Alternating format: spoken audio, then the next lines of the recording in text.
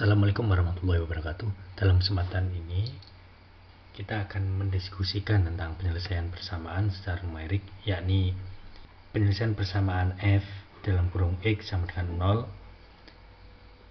khususnya untuk mencari akar-akar persamaannya.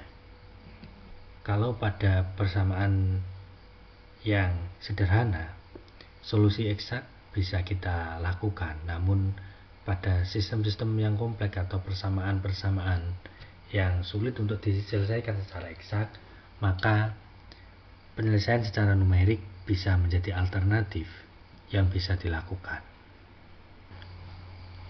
Dalam pencarian akar persamaan, misalkan ada suatu persamaan f dalam kurung x sama dengan 0, maka berapa parameter x yang memenuhi persamaan tersebut.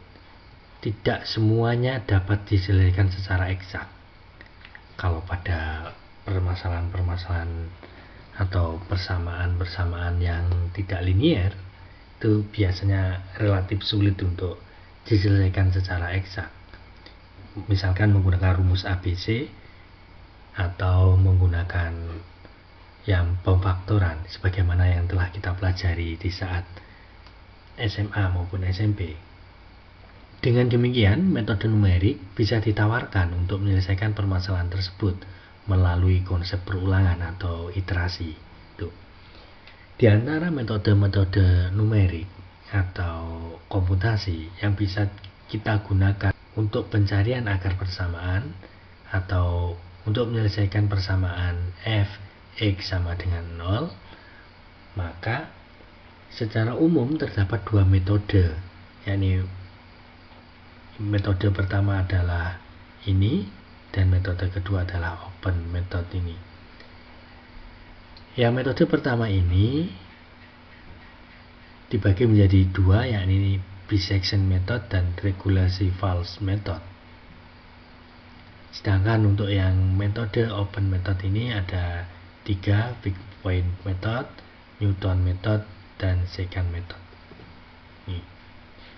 Di dalam subbab ini kita akan membahas metode yang iterasi tertutup, yakni brancketed method ini, di mana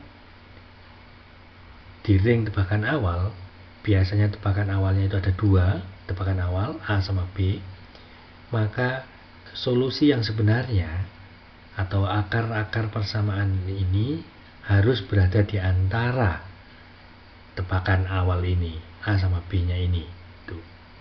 Sedangkan kalau open method itu tebakannya tidak harus mengapit dari akar persamaan yang sebenarnya.